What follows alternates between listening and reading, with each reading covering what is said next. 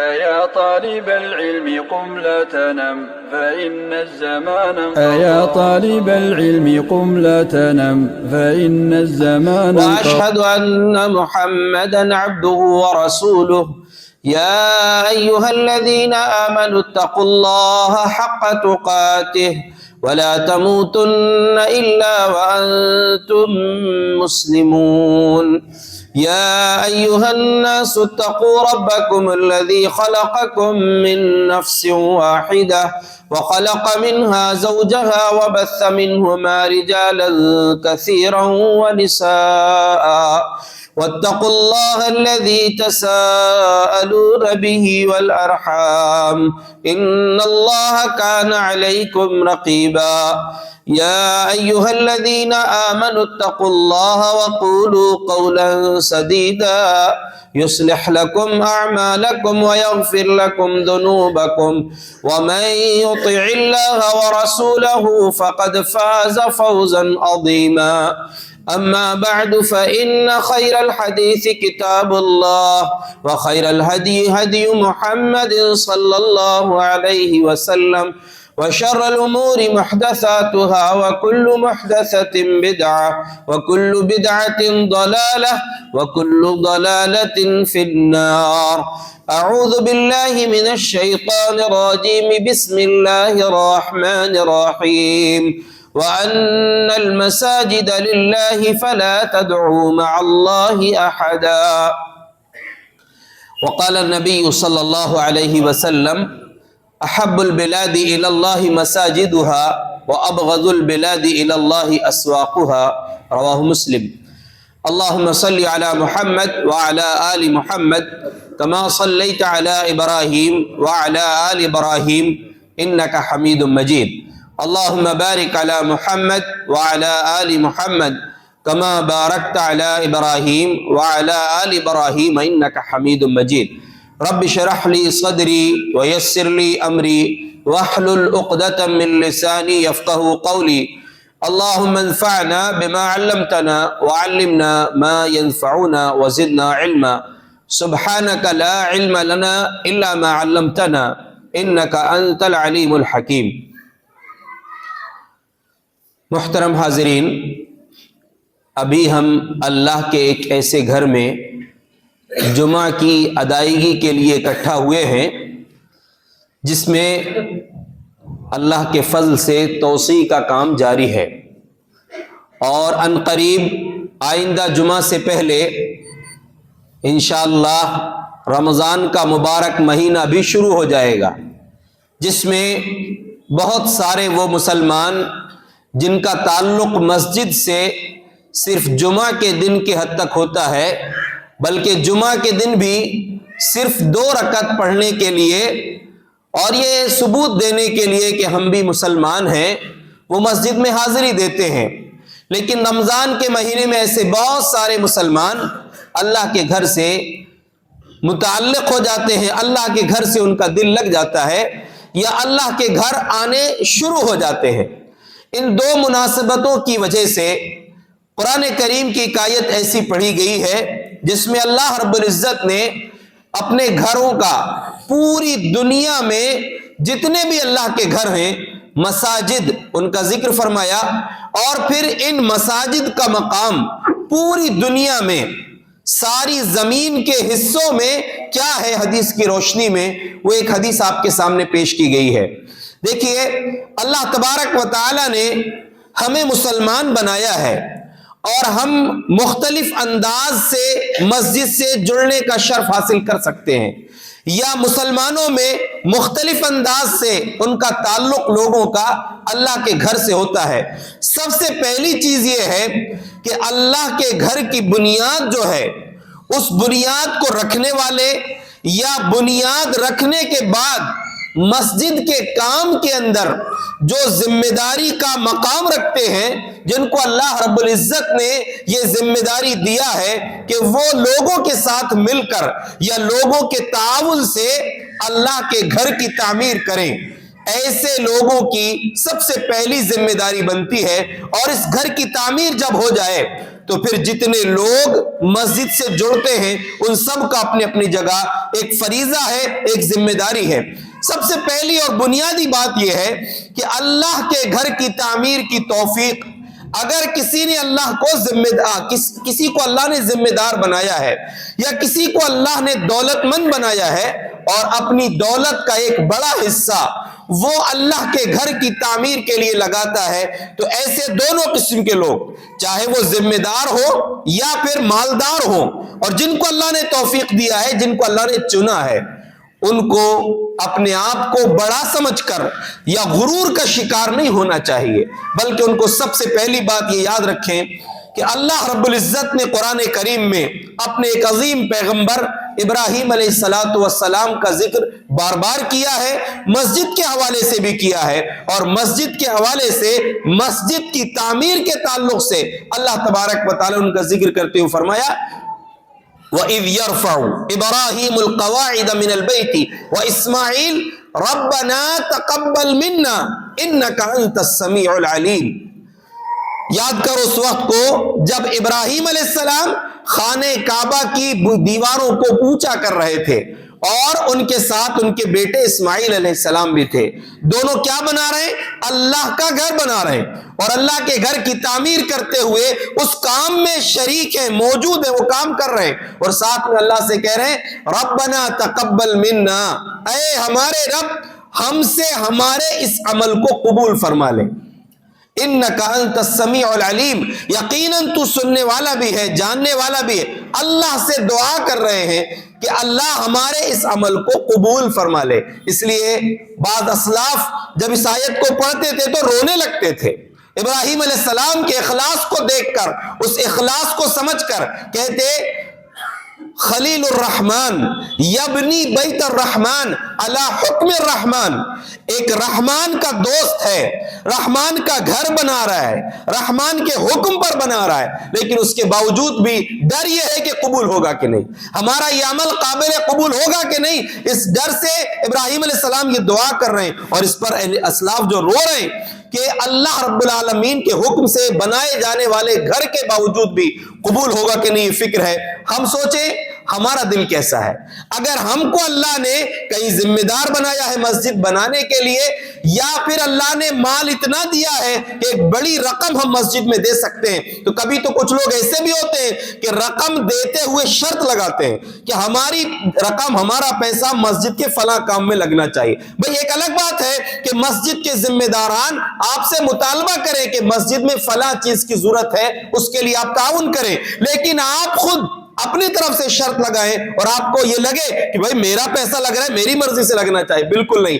آپ کو یہ یاد رکھنا چاہیے آپ کا پیسہ آپ کی مرضی سے نہیں آیا ہے آپ کے پاس، ورنہ آپ کے جیسے کروڑوں اربوں انسان دنیا میں بستے ہیں نا، یہ اللہ کی تقسیم ہے، اللہ تبارک و تعالیٰ نے آپ کو دیا ہے، تو اس میں بالکل ہرگز یہ نہ سوچیں کہ یہ میری اپنی محنت کا نتیجہ ہے کہ مجھے پیسہ ملا اور میں اللہ کے گھر میں دے رہا ہوں، بلکہ یہ اللہ کی توفیق ہے کہ آپ اللہ کے گھر میں اپنا پیسہ لگا رہے ہیں، ورنہ اللہ تبارک و تعالیٰ کس سے کام لے سکتا ہے آپ تصور بھی نہیں کر سکیں گے۔ ہمارے ملک کا ایک حصہ کشمیر، غالباً یہ واقعہ میں نے جس وقت یہ پیش آیا تھا سال 2 سال کا عرصہ ہوگا، کشمیر میں ایک مسجد کی تعمیر چل رہی تھی اور باقاعدہ اس کو اخبار میں یہ خبر چھپی تھی، مسجد کی تعمیر کے لیے جب مسجد کمیٹی کے لوگ محلے میں نکلے تعاون کے لیے، تو اس تعاون کی بیل میں اس لسٹ میں ایک ایسی خاتون کا بھی نام آیا جو ایک مرغی کا انڈا لے کر مسجد کمیٹی کے لوگوں کے سامنے آئیں اور پردہ کر کے چہرہ ڈھانک کر آئیں، اور اس کے بعد یہ انڈا انہوں نے کمیٹی والوں کے سامنے پیش کرتے ہوئے کہا کہ دیکھیے میرے پاس کوئی چیز نہیں ہے، کوئی پیسہ نہیں ہے، لیکن یہ مرغی کا ایک انڈا میں آپ کے پاس آپ کو دے سکتی ہوں، اور اب آپ اس کا چاہیں مسجد میں استعمال کر لیں۔ وہ کمیٹی کے لوگوں نے جب لوگوں کے سامنے پیش کیا اس انڈے کو لا کر کہ یہ بھائی اس طرح یہ انڈا ہم تک پہنچا ہے، اس کی نیلامی ہوئی تو ایک انڈا 2.5 لاکھ روپے کا بکا تھا۔ اصل قیمت جو ہے ہمارے اخلاص کی ہے. آپ نے 2 روپیہ دیا ہے کہ 2 کروڑ دیا ہے، اس کی اصل اہمیت نہیں ہے. وہ تو آپ اپنی حیثیت کے حساب سے دیے، لیکن دیتے ہوئے آپ کے اندر اخلاص کتنا ہے وہ اللہ تبارک و تعالیٰ دیکھتا ہے. تو آپ یہ یاد رکھیے، اگر اللہ نے آپ کو وہ مقام دیا کہ آپ ذمہ دار بنے ہیں، یا وہ مقام دیا کہ آپ مالدار بنے ہیں، تو دونوں طریقے سے جس طرح بھی آپ کے پاس اللہ نے دیا ہے، آپ کو ذمہ دیا یا آپ کو دولت دیا، تو آپ اس کو اللہ کا فضل سمجھیے کہ اللہ نے آپ کو چنا ہے. اور ساتھ میں اللہ سے مانگے ربنا تقبل منا، اے ہمارے رب ہم سے اس عمل کو قبول فرما لے. اور یہ یاد رکھیں، مسجد کے تعمیر کے کام میں یا مسجد کی آبادی میں، یعنی مسجد کو آباد کرنے میں جیسے مردوں کا حصہ ہے ویسی عورتوں کا حصہ ہے. ایک بات پر آپ غور کریں، ہر سال قربانی کے موقع پر ایک چیز آپ سن ہی لیتے ہوں گے، حضرت ہاجرہ کا واقعہ. جو خانہ کعبہ جس جگہ بنا ہے، ابراہیم علیہ السلام کو اللہ نے وہ جگہ بتائی تھی کہ یہاں تمہیں خانہ کعبہ کی تعمیر کرنا ہے، اور اسی جگہ اپنے دودھ پیتے بچے اور اپنی بیوی کو انہوں نے چھوڑے تھے اللہ کے حکم سے. جب حضرت ہاجرہ نے صفا اور مروہ کے درمیان دوڑ لگائی تھی 7 چکر اپنے بیٹے کے لیے پانی کے انتظام کرنے کے لیے. یاد رکھیں، اصل مسئلہ یہ تھا کہ اللہ کے حکم سے وہاں رکی تھی، وہ قربانی پیش کیا تھا، اپنا جذبہ انہوں نے دکھایا تھا. اللہ نے انتظام کیا کہ ان کے وہاں رکنے کے بعد جب پانی اور کھجور ختم ہو گئے، اللہ نے پانی کا نظم کیا. اس اللہ کے گھر خانہ کعبہ کے اندر وہاں سے روزانہ کروڑوں لیٹر پانی انسانوں کے پینے اور لے جانے کے کام آتا ہے، لیکن وہ کنواں جیسا کہ ویسے سلامت ہے. ہزاروں سال گزر گئے، وہ پانی آج تک سلامت ہے. اس پانی کو اگر آپ سوچیں تو ایک عورت کی قربانی کی بنیاد پر اللہ نے وہ پانی کا انتظام فرمایا ہے. یعنی عورت کا تعلق مسجد سے چاہے کسی بھی انداز میں ہو، لیکن اگر وہ حیثیت رکھتی ہیں تو اپنی حیثیت کے مطابق دینا چاہیے. جیسے کبھی ایسا بھی ہوتا ہے کہ عورتیں اپنے زیورات جو ہے مسجد کے تعاون کے لیے پیش کر دیتی ہیں، اور کبھی اگر حیثیت نہیں ہے تو اس انداز میں کہ خاتون نے صرف ایک انڈا تعاون کے طور پر پیش کیا، ایسے بھی کر سکتی ہیں. اور ایک بات یہ بھی یاد رکھیں کہ مسجد نبوی کے اندر نبی صلی اللہ علیہ وسلم جس منبر پر کھڑے ہو کر خطبہ ارشاد فرماتے تھے، پیارے نبی صلی اللہ علیہ وسلم نے ایک خاتون سے جن کا ایک غلام تھا بڑھئی، اس سے کہا تھا کہ مسجد کے لیے ایک منبر بنا کر دو. تو وہ خاتون نے منبر بنا کر دیا تھا، یعنی ایک عظیم ترین حصہ مسجد کا جہاں پر نبی صلی اللہ علیہ وسلم خطبہ دیتے تھے، وہ جگہ ایک خاتون کے ذریعے وہ منبر بنا کر دیا گیا تھا. تو عورتوں کا تعلق بھی مسجد سے تعمیر کے کام میں ہونا چاہیے، اور عبادت کرنے کے معاملے میں بھی ان کا تعلق مسجد سے ہونا چاہیے. تو ایک حصہ یہ ہے. یہاں پر ایک بات یاد رکھیں، کبھی ایسا ہوتا ہے کہ مسجد کے ذمہ دار تو ہیں، اور یہ یاد رکھیں یہ جو میں جو باتیں کر رہا ہوں یہ دنیا کی ساری مساجد کے لیے ہے. اور اگر کسی کے اندر یہ خامی ہو، جو میری زبان سے کوئی ایسی چیز نکلے کہ کسی کو لگ رہا ہے کہ کسی کو ٹارگٹ بنایا گیا ہے، تو ایسا نہیں یہ سوچے کہ ہاں یہ خامی میرے اندر ہے تو ہم اس کی اصلاح کریں. بہت سے ذمہ داران ہوتے مسجد کے ذمہ دار، لیکن نمازیں نہیں ہوتی، نمازوں کی پابندی نہیں ہے، بالخصوص فجر کی نماز نہیں پڑھتے. اللہ کے بندو، ابراہیم علیہ السلام دعا کیا کر رہے ہیں؟ مسجد بنا رہے ہیں اور ساتھ میں دعا کر رہے ہیں قبولیت کی، اور اس کے ساتھ دوسری دعا سنیے غور سے، ربنا وجعلنا مسلمین لک ومن ذریتنا امۃ مسلمۃ لک وارنا مناسکنا وتب علینا انک انت التواب الرحیم. کیا زبردست دعا ہے. مسجد تو بنا لیے، مسجد بنا رہے ہیں، ساتھ میں دعا کر رہے ہیں اللہ ہم دونوں کو تیرا فرما بردار بنا دے. ہم جو مسجد بنا رہے ہیں نا باپ بیٹے، ہمیں پہلے تیرا فرما بردار بنا دے. وَمِن ذُرِّيَّتِنَا أُمَّةً مُسْلِمَةً لَكَ، اور ہماری آنے والی نسلوں میں، ہماری اولاد میں بھی تیرے فرما بردار پیدا کرنا، اور ہمیں تیری عبادت کے طریقے سکھلا دے، ہماری توبہ قبول کر لے، یقیناً تو توبہ قبول کرنے والا ہے. اس کے بعد تو یہ ایک تو مسجد کی تعمیر میں اخلاص ہونا. دوسری چیز یہ ہے کہ مسجد کے ساتھ ساتھ اللہ نے آپ کو حیثیت دیا ہے، آپ مال لگائے ہیں یا اللہ نے آپ کو ذمہ دار بنایا ہے، اور آپ نے یقیناً ایمانداری کے ساتھ، امانت داری کے ساتھ وہ ذمہ داری نبھایا ہے، تو پھر بھی آپ قبولیت کی دعا کریں اور اپنے آپ کو اللہ کا فرما بردار بنانے کی دعا کریں. اور تیسری دعا کی ہے ابراہیم علیہ السلام نے، یعنی وہ دعا کا پیغام دیتی ہے. اللہ کے یہ پیغمبر، عظیم پیغمبر کہہ رہے ہیں ربنا وَبَعَثْ فِيهِمْ رَسُولًا مِّنْهُمْ يَتْلُو عَلَيْهِمْ آيَاتِكَ وَيُعَلِّمُهُمُ الْكِتَابَ وَالْحِكْمَةَ وَيُزَكِّيهِمْ إِنَّكَ أَنْتَ الْعَزِيزُ الْحَكِيمُ. اے ہمارے رب، تیرا گھر تیرے حکم پر ہم نے بنا چکے، لیکن اب تجھ سے فریاد یہ ہے کہ اس علاقے میں، اس جگہ اس گھر کی تعمیر کے ساتھ ہم دعا کر رہے ہیں کہ اس جگہ ایک ایسا پیغمبر بھیجنا جو تیری کتاب کی تلاوت کرے، ان یہاں کے رہنے والوں کو کتاب و حکمت کی تعلیم دے، ان کا تزکیہ کرے، ان کو بہترین انسان بنائے۔ یہ دعا کیا سبق دیتی ہے کہ آپ مسجد کا ڈھانچہ اصل نہیں ہے، یہ تو ایک عمارت آپ نے بنائی ہے، لیکن اس عمارت کے بنانے کے ساتھ بہترین اور اہم ترین ذمہ داری آپ کی ہے کہ اس منبر پر اور اس مصلی پر ایک ایسے شخص کا آپ انتخاب کریں جو واقعی اللہ تبارک و تعالیٰ کا پیغام انسانوں تک پہنچا سکے۔ دعا دیکھیں، اس گھر کے لیے امام کی دعا کر رہے ہیں تو امام نہیں مانگا ہے کہ چلو نماز پڑھا لیں گے، کوئی بھی کیسے بھی رکھ لو، کچھ بچوں کو پڑھا لیں گے۔ کئی جگہ ایسا ہوتا ہے، کوئی بھی نماز پڑھا دے گا، جمعہ کا جمعہ کسی خطیب کو بلا لیں گے، لیکن ابراہیم علیہ السلام دعا کیا کر رہے ہیں؟ اللہ ایسا انتظام فرما دے یہاں کے لیے جو تیری کتاب کی تعلیم دے، تیری کتاب پڑھ کر سنائے، کتاب و حکمت کی تعلیم دے اور انسانوں کا تزکیہ کرے، مسجد میں آنے والے لوگوں کو پاکیزہ اور صاف ستھرا انسان بنانے کی وہ کوشش کرے۔ اللہ نے یہ دعا کیسے قبول کیا؟ پیارے نبی صلی اللہ علیہ وسلم نے فرمایا، میں اپنے باپ ابراہیم علیہ السلام کی دعا کا نتیجہ ہوں۔ اور یاد رکھو، آپ کا کام دعا کرنے کا ہے، قبول کروانے کی ذمہ داری آپ کی نہیں ہے۔ اللہ کب قبول کرے گا؟ 2500 سال بعد اللہ نے اس جگہ پیغمبر نہیں، ہمارے پیغمبر محمد الرسول اللہ صلی اللہ علیہ وسلم کو اللہ نے مبعوث فرمایا۔ تو مسجد کے ساتھ ساتھ اصل کام مسجد کی تعمیر نہیں، تعمیر تو آپ کر رہے ہیں اللہ کے فضل سے۔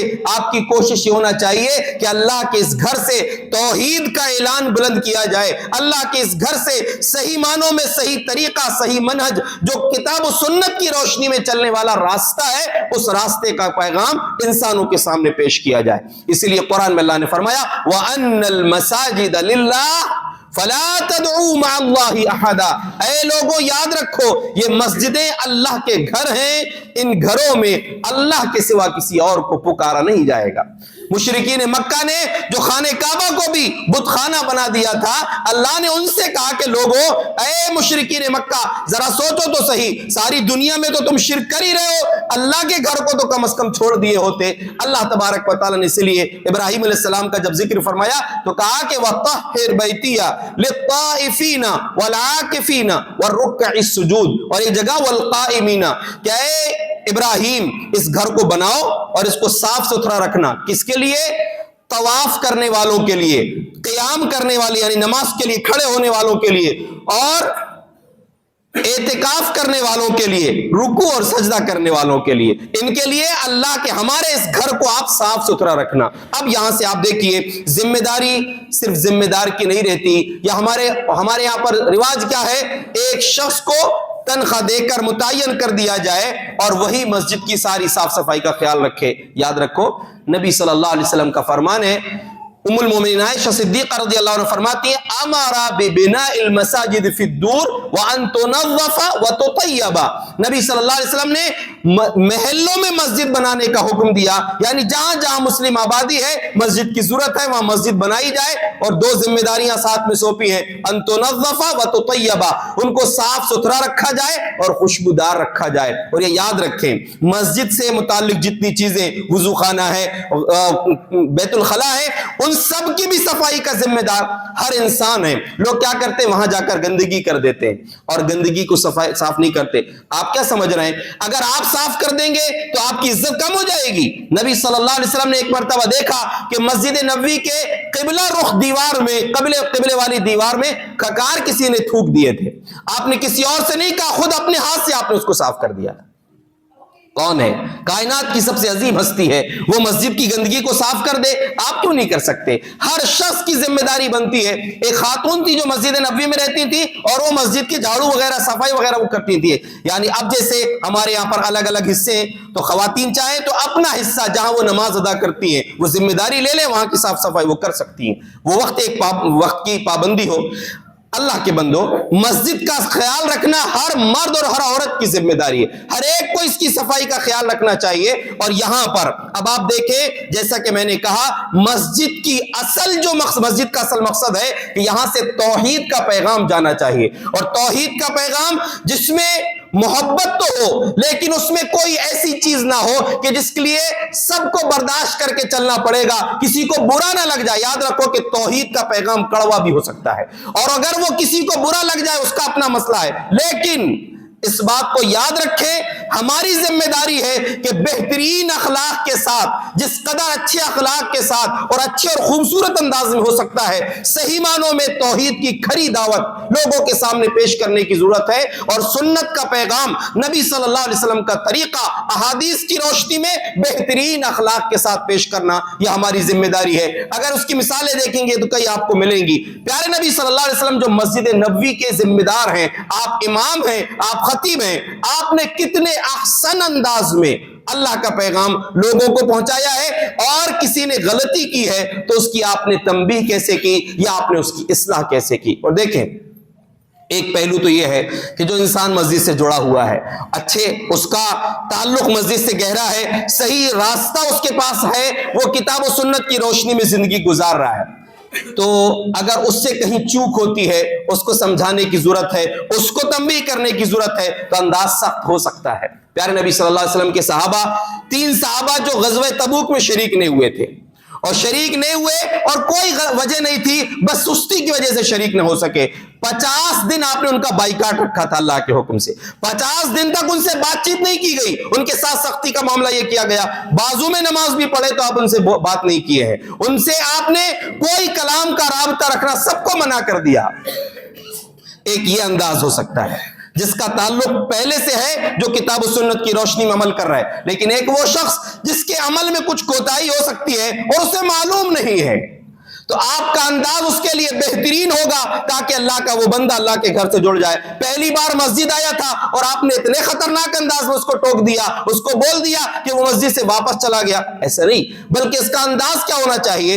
نبی صلی اللہ علیہ وسلم مسجد نبوی میں تشریف فرما ہے, آپ نے واقعہ سنا ہوگا لیکن اس کو اس پہلو سے غور کیجئے. آپ مسجد میں تشریف رکھے ہیں اور صحابہ کرام بھی موجود ہیں.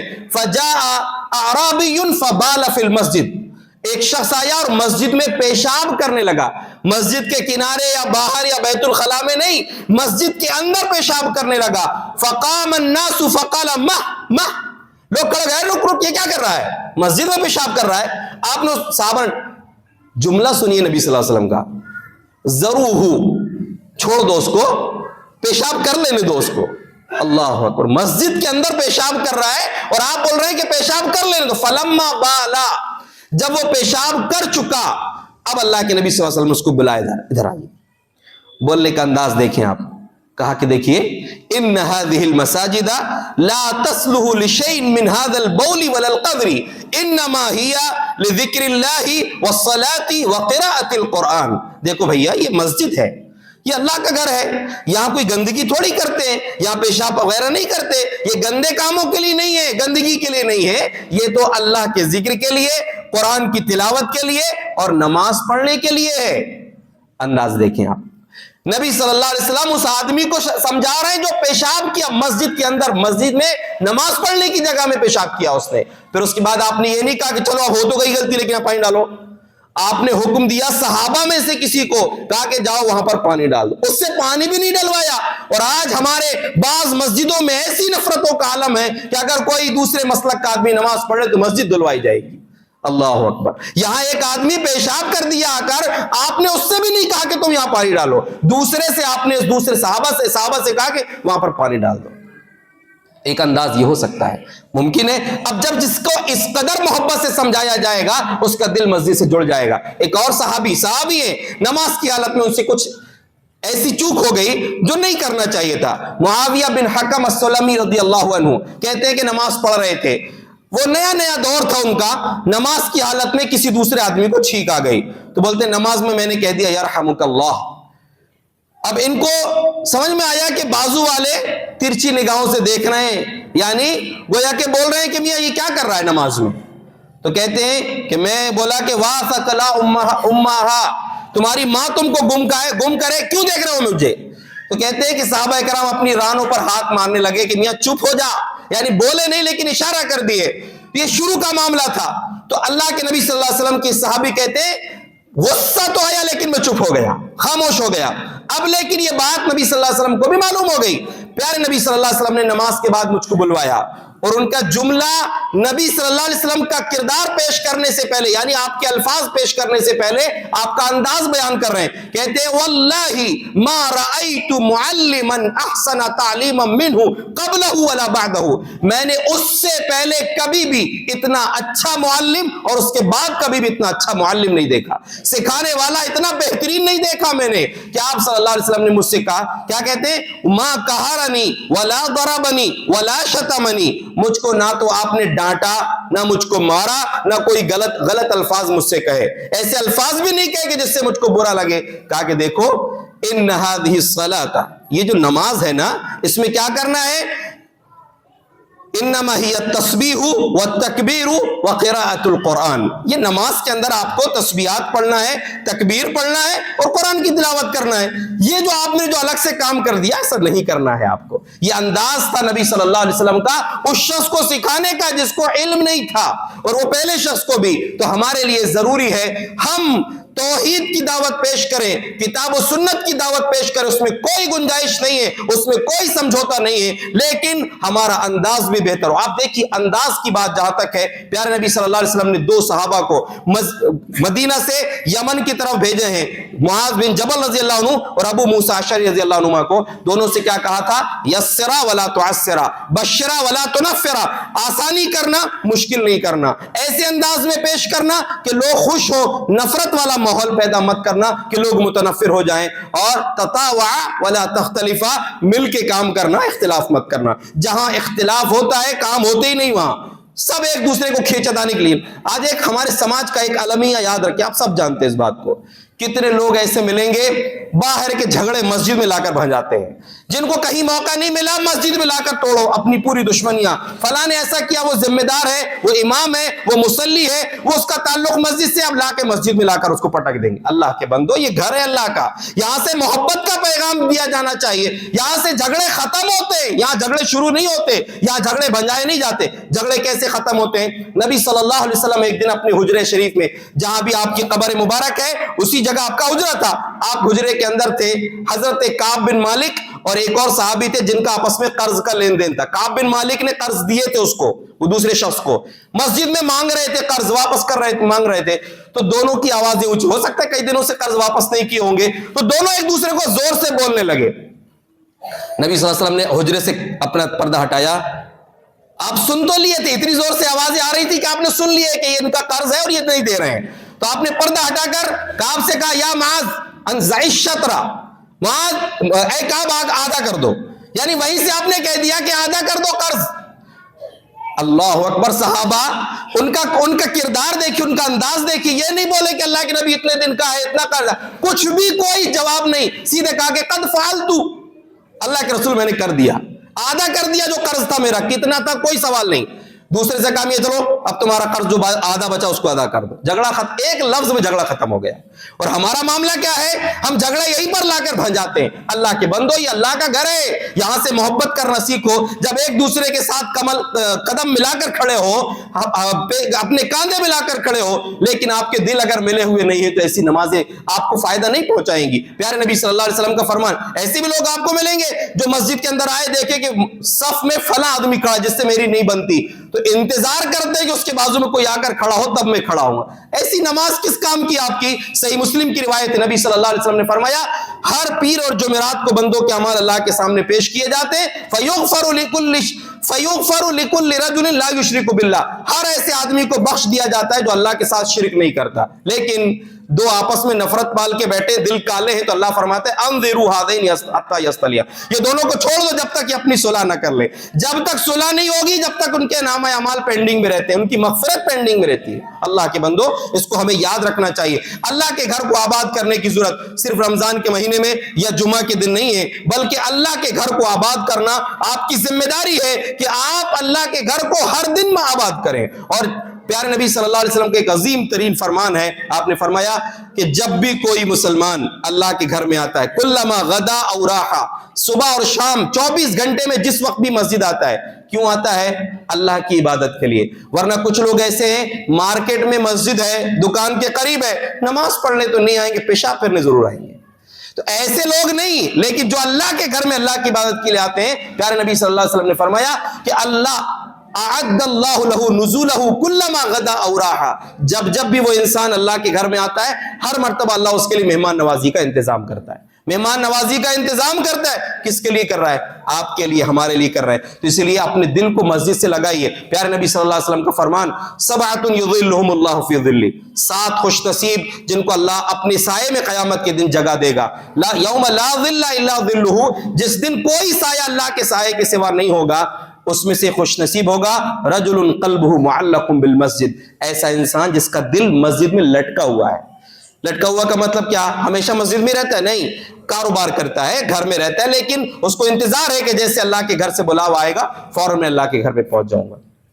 ایک عورت ہے، مسجد بھلے ہی نہیں آتی، لیکن اذان کا انتظار اس کو ہوتا ہے۔ مسجدوں میں انتظام عورتوں کا صرف جمعہ کے اور رمضان کے لیے ہوتا ہے، دیگر نمازوں کے لیے بھی ہونا چاہیے۔ پیارے نبی صلی اللہ علیہ وسلم کے زمانے میں خواتین ساری نمازوں میں آتی تھی، بالخصوص عشاء اور فجر کا زیادہ تذکرہ ملتا ہے، فجر کی نماز روزانہ، عشاء کی نماز روزانہ پڑھنے آتی تھی۔ بلکہ خاتون تھی عاتقہ رضی اللہ عنہا، نبی حضرت عمر فاروق کی بیوی رضی اللہ عنہ کی بیوی۔ تو وہ حضرت عمر اصل میں بہت ہی باغیرت تھے، ان کو پسند نہیں تھا کہ میری بیوی گھر سے باہر نکلے پردے کی وجہ سے، لیکن وہ پابندی سے عشاء اور فجر میں مسجد آتی تھی۔ تو کسی نے ان سے کہا کہ آپ کے شوہر کو تو پسند نہیں، کیوں جاتی ہو؟ مت جاؤ۔ تو انہوں نے کہا کہ روک کیوں نہیں دیتے ہو؟ جب ان کو پسند نہیں تو روک دیں مسجد سے مجھ کو آنے کے لیے، منع کر دیں گے، رک جائیں گے۔ کہا کہ نہیں، وہ منع اس لیے نہیں کر سکتے کہ اللہ کے نبی صلی اللہ علیہ وسلم کا فرمان ہے، لا تمنعوا اماء اللہ مساجد اللہ، اللہ کے بندو، اللہ کی بندیوں کو اللہ کی مسجدوں سے مت روکو۔